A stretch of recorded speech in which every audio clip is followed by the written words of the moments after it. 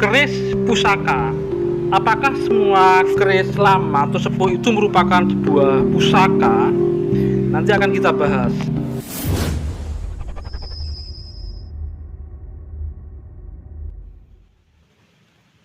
Rahayu, Rahayu, Rahayu. Ketemu lagi dengan saya Teddy Wahyono di channel tempat mengenal keris dan pusaka Nusantara lainnya dengan akal sehat dan hati terbuka. Nah, ini masih dalam suasana lebaran ya, dan ini saya juga masih di Mojokerto. Nah, kali ini saya akan membahas tentang sebuah keris pusaka ya, atau keris yang dianggap pusaka. Karena memang ada banyak pertanyaan ya dari teman-teman ya, Mas, apakah semua keris itu merupakan pusaka kayak gitu? Nah, nanti akan kita bahas ya. Jadi sebelum saya bahas, buat teman-teman yang belum subscribe, silakan subscribe dulu biar tidak ketinggalan informasi dari channel ini. Nah, nanti kita akan bahas tentang keris ini ya. Jadi ini memang salah satu keris pusaka ya. Nah, sebelumnya kita bahas dulu sebenarnya apakah semua keris, terutama zaman dulu yang lama itu adalah sebuah pusaka kayak gitu ya. Nah, itu bisa iya, bisa tidak ya. Sama seperti zaman sekarang ya, ada keris memang yang dibuat sebagai pusaka, ada juga yang kalau di era sekarang yang dibikin secara massal ya, atau kita nyebutnya koden. Dalam keris tersebut memang dibuat sebagai komoditi perdagangan ya, dan itu memang bisa dibilang tidak memakai ritual atau doa tertentu ya.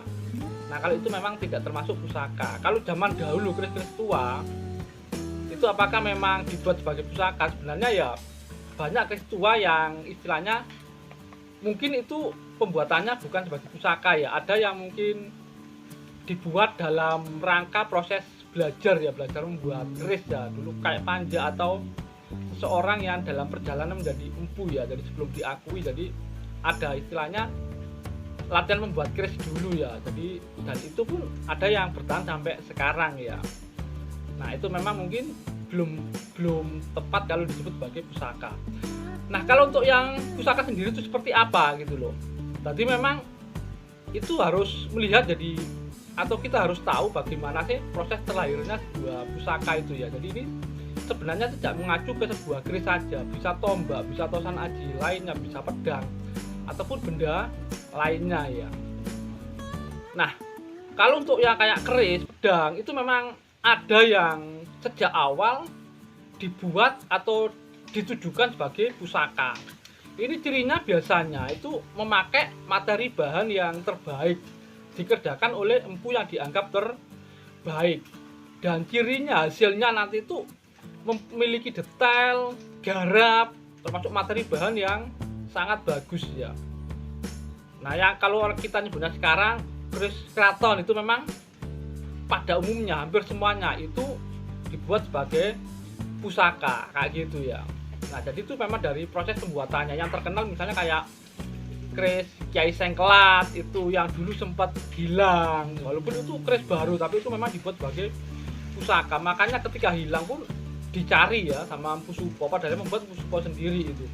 Jadi dia keliling ke berbagai daerah sampai akhirnya ketemu di Blambangan itu.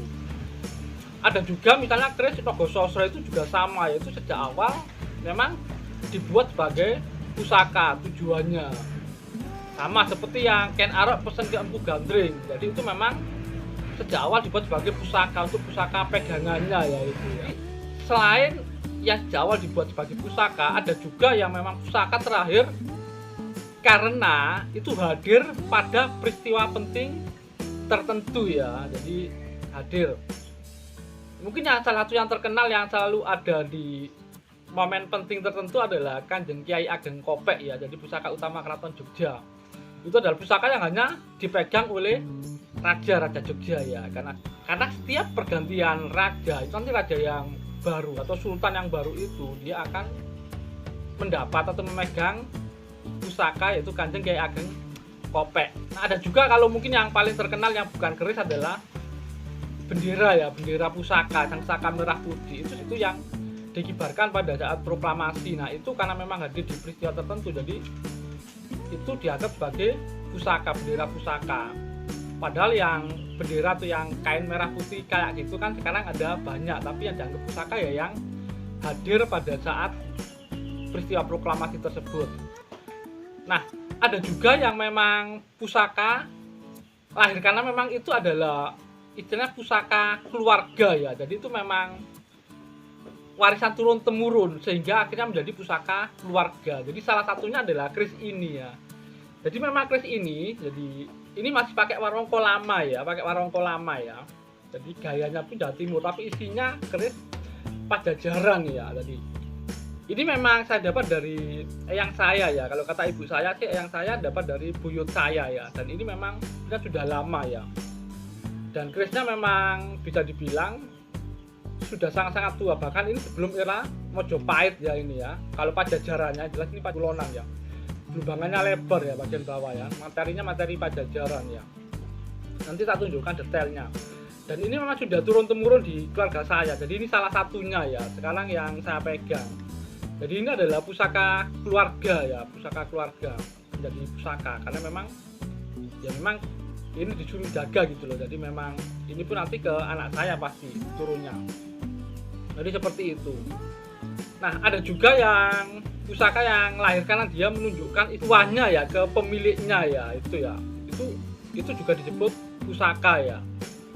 Jadi karena berhasil menunjukkan manfaatnya ya.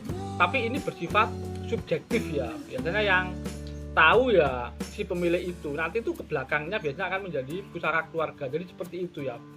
Jadi proses terlahirnya sebenarnya ada beberapa, cuma yang dasar ya itu tadi ya. Nah, sekarang kita lihat untuk detail dari pusaka yang peninggalan keluarga ini ya. Nah, ini mari kita simak sama-sama. Nah, ini adalah detail warongkonya ya. Jadi ini warongkonya masih pakai warongko lama ya. Orang nyebutnya ladrang ya. Cuman ini katanya gaya Jawa Timuran ya. Dan sudah jarang kita lihat ya. Dan warongko ini memang sempat saya bersihkan ya, karena dulu kondisinya cukup kotor. Jadi saya gosok ulang dan saya pelitur ulang. Jadi agar lebih awet dan lebih tahan kelembapan ya. Dan kondisinya memang masih sangat bagus ya, sangat bagus. Sekarang pun kita sudah jarang ya lihat warongko yang ladrang seperti ini ya. Kalau ini adalah detail bilahnya ya. Dan itu tadi walaupun warongkonya Jawa Timur, ternyata isinya keris Pajajaran ya. Dan mungkin teman-teman yang dari Jawa Timur itu sering ya menemukan keris Pajajaran ya, yang lama, entah itu yang sebelum Majapahit ataupun yang seera Majapahit ya. Ini biasanya memang banyak ditemukan di daerah Tuban dan sekitarnya ya.